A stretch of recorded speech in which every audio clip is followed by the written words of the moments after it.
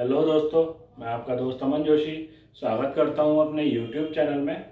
और आज हम पढ़ने जा रहे हैं मौर्य साम्राज्य। पिछली वीडियो में हमने पढ़ा था सिकंदर। अब हम पढ़ेंगे मौर्य साम्राज्य। मौर्य साम्राज्य की स्थापना किसने की थी? तो मौर्य साम्राज्य की स्थापना चंद्रगुप्त मौर्य ने की थी। चंद्रगुप्त मौर्य ने किसको हराया था? तो चंद्रगुप्त मौर्य ने नंद वंश के अंतिम शासक घनानंद, जो चंद्रगुप्त मौर्य थे, उन्होंने नंद वंश के अंतिम शासक घनानंद की हत्या चाणक्य की सहायता से की थी। चंद्रगुप्त मौर्य ने घनानंद की हत्या चाणक्य की सहायता से की और मौर्य साम्राज्य की स्थापना की। ठीक, यहां तक बात हो गई। अगली बात करेंगे कि मौर्य साम्राज्य की जो जानकारी है वो हमें किन ग्रंथों से मिलती है। तो अगली बात तो यही है कि चंद्रगुप्त मौर्य जो है चाणक्य की सहायता से गद्दी पर बैठे थे। अब चाणक्य की सहायता से गद्दी पर बैठे तो चाणक्य ने कौन सी पुस्तक लिखी है सभी जानते हैं, उसका नाम है अर्थशास्त्र। चाणक्य ने कौन सी पुस्तक लिखी? अर्थशास्त्र। ठीक है, अब चाणक्य ने अर्थशास्त्र लिखी जिसमें चंद्रगुप्त मौर्य या मौर्य साम्राज्य की जानकारी दी। अर्थशास्त्र जो पुस्तक है वो 15 अधिकरणों में विभक्त है। प्रश्न बन सकता है कि अर्थशास्त्र किसने लिखी? तो चाणक्य ने लिखी। और अर्थशास्त्र कितने प्रकरणों में या कितने अधिकरणों में विभाजित है? तो वो है 15 अधिकरणों में विभाजित है। ठीक है, अब ये जो अर्थशास्त्र पुस्तक है इसकी बात कर ले रहे हैं हम अभी। अर्थशास्त्र जो पुस्तक है इसकी तुलना एक पुस्तक है जिसका नाम है द प्रिंस। ठीक है, अर्थशास्त्र की तुलना जो चाणक्य ने पुस्तक लिखी है अर्थशास्त्र, उसकी तुलना द प्रिंस से की जाती है। यह किसकी पुस्तक है? मैकियावेली की। ठीक, अब मैकियावेली की पुस्तक द प्रिंस से चाणक्य के अर्थशास्त्र की जो कंपैरिजन की जाती है तो इस तरह चाणक्य को भारत का मैकियावेली कहा जाता है। ठीक है, तो प्रश्न बन सकता है कि भारत का मैकियावेली किसे कहा जाता है? तो आपका भारत का मैकियावेली है चाणक्य। ठीक, यहां तक बात समझ आई। पहला प्रश्न क्या कि चंद्रगुप्त मौर्य की जो जानकारी है या मौर्य साम्राज्य की जो जानकारी है वो हमें चाणक्य के अर्थशास्त्र से मिलती है जो कि 15 अधिकरणों में विभक्त है। अर्थशास्त्र की तुलना द प्रिंस से की गई है। जो द प्रिंस पुस्तक है वो किसने लिखी है? मैकियावेली ने लिखी है। ठीक है, यहां तक समझते हैं। अब मैकियावेली की वजह से या इस द प्रिंस की वजह से इसको भारत का मैकियावेली कहा जाता है चाणक्य को। ठीक, अगले बात करें। अगली बात है जो मौर्य साम्राज्य की जानकारी है वो हमें मिलती है जूनागढ़ अभिलेख से।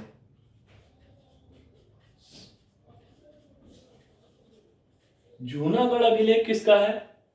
तो जूनागढ़ अभिलेख है रुद्रदामन का। रुद्रदामन के जूनागढ़ अभिलेख से मौर्य साम्राज्य की जानकारी मिलती है।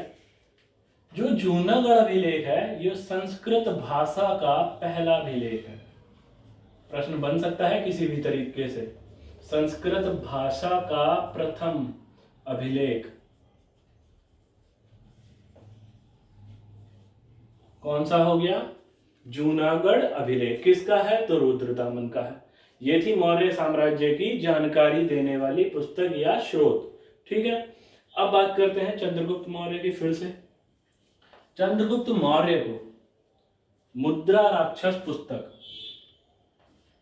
चंद्रगुप्त मौर्य को मुद्रा राक्षस पुस्तक किसने लिखी है?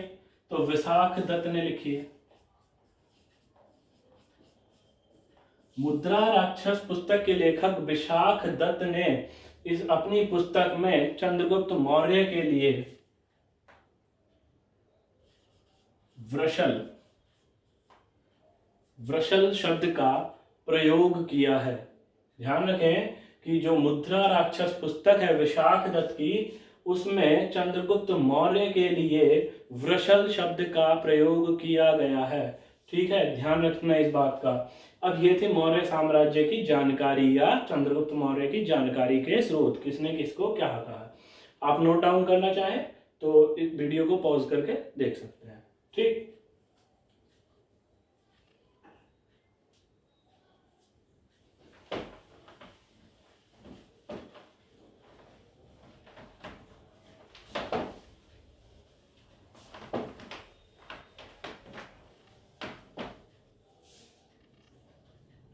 नेक्स्ट बात करते हैं फिर से चंद्रगुप्त मौर्य की।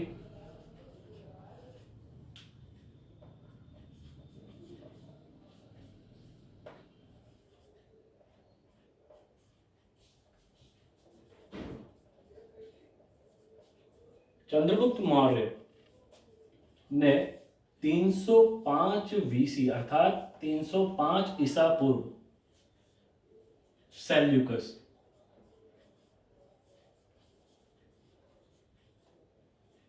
चंद्रगुप्त मौर्य ने 305 ईसा पूर्व सेल्यूकस को हराया। अपने एक युद्ध में सेल्यूकस को हराया। अब इसको हरा दिया तो ये सेल्यूकस कौन था? सेल्यूकस था सिकंदर का उत्तराधिकारी। ठीक है, सिकंदर का उत्तराधिकारी कौन था? सेल्यूकस था, जिसको 305 ईसा पूर्व में चंद्रगुप्त मौर्य ने चाणक्य की सहायता से हराया था। ध्यान रखेंगे इस बात का कि 305 ईसा पूर्व में चंद्रगुप्त मौर्य ने चाणक्य की सहायता से सिकंदर के उत्तराधिकारी सेल्यूकस को हराया था। ऐसे ही पिछली अगर बात करूं फिर दोबारा से कि चाणक्य और इधर चंद्रगुप्त मौर्य ने चाणक्य की सहायता से घनानंद को भी हराया था और उसकी हत्या करके ही चंद्रगुप्त मौर्य ने मौर्य साम्राज्य की स्थापना की थी। तो दो काम किए थे चाणक्य की सहायता से। ध्यान रखना है कि चाणक्य की सहायता से चंद्रगुप्त मौर्य ने घनानंद को हरा करके जो है मौर्य साम्राज्य की स्थापना की थी। फिर उसके बाद 305 ईसा पूर्व में सिकंदर के उत्तराधिकारी सेल्यूकस को चाणक्य की सहायता से चंद्रगुप्त मौर्य ने हराया था। ठीक है, अब यहां बात करते हैं सेल्यूकस जो है सिकंदर का उत्तराधिकारी था। अब सेल्यूकस का था दरबारी कवि अर्थात राइटर। एक दरबारी कवि था जिसका नाम था मेगास्थनीज। अब जब मेगास्थनीज का नाम आ गया तो मेगास्थनीज का नाम आते ही तुरंत एक नाम ध्यान में आता है इसकी पुस्तक का, जिस पुस्तक का नाम है इंडिका। तो इंडिका नामक पुस्तक किसने लिखी है? मेगास्थनीज ने लिखी है। इस मेगास्थनीज ने इस पुस्तक में दो बातें बोली हैं। वो दो बातें ये हैं क्या कि मेगास्थनीज ने इस इंडिका पुस्तक में कहा है कि भारतीय लिखने की कला नहीं जानते हैं।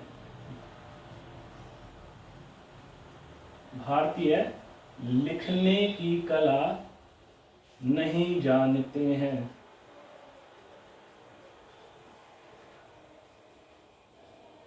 ठीक, पहली बात कि मेगास्थनीज ने अपनी पुस्तक इंडिका लिखी और उसमें कहा कि भारतीय जो है लिखने की कला नहीं जानते हैं। और दूसरी बात कही थी कि जो भारत है, भारत को जो भारतीय समाज है, इस भारतीय समाज को 7 भागों में या 7 खंडों में मेगास्थनीज ने बांटा था। ठीक है, ध्यान रखें, क्वेश्चन बनेगा कि मेगास्थनीज ने अपनी पुस्तक इंडिका में भारतीय समाज को कितने भागों में बांटा? तो 7 भागों में बांटा था। फिर क्वेश्चन बन सकता है कि किसने कहा था कि भारतीय लिखने की कला नहीं जानते हैं? तो भारतीय लिखने की कला नहीं जानते ये कहा था मेगास्थनीज ने।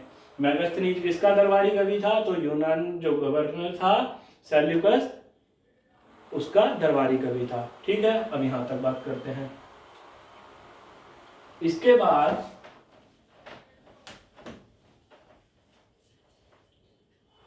ये तो हो गई सेल्यूकस के और चंद्रगुप्त मौर्य के बारे में बात।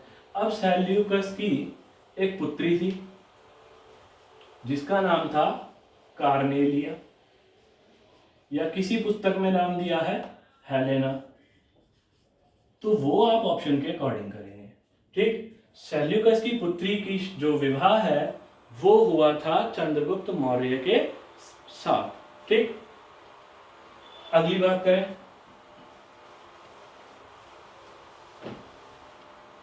चंद्रगुप्त मौर्य के समय में 300 ईसा पूर्व, चंद्रगुप्त मौर्य के समय में 300 ईसा पूर्व प्रथम जैन संगीति, प्रथम जैन संगीति, ध्यान रखें कि प्रथम जैन संगीति कब हुई, तो 300 ईसा पूर्व हुई। और किसके समय में हुई, तो चंद्रगुप्त मौर्य के समय में हुई। और अध्यक्ष कौन था, प्रश्न बनेगा कि जो चंद्रगुप्त मौर्य था,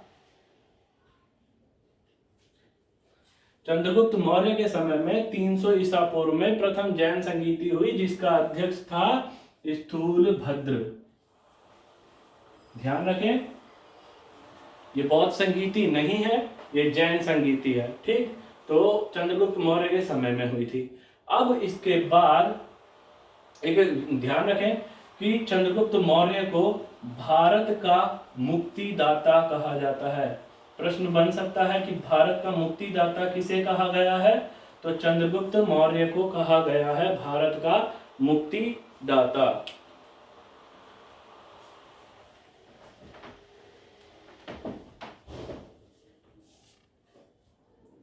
नेक्स्ट, चंद्रगुप्त मौर्य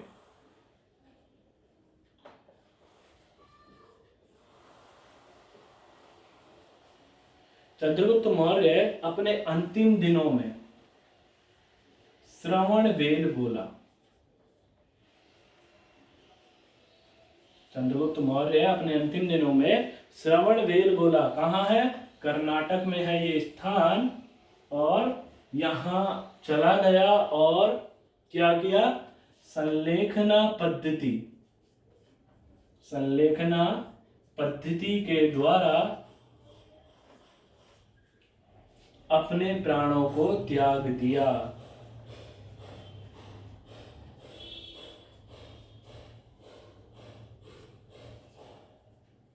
ठीक है, चंद्रगुप्त मौर्य ने अपने अंतिम दिनों में कहा गया था, श्रवण बेलगोला, जो कि कहाँ है स्थान, कर्नाटक में है। और संलेखना पद्धति के द्वारा अपने प्राणों को त्याग दिया था। तो आज का जो हमारा टॉपिक था वो था मौर्य साम्राज्य का चंद्रगुप्त मौर्य। ठीक है, इसको नोट डाउन करें, पूरी जो टॉपिक था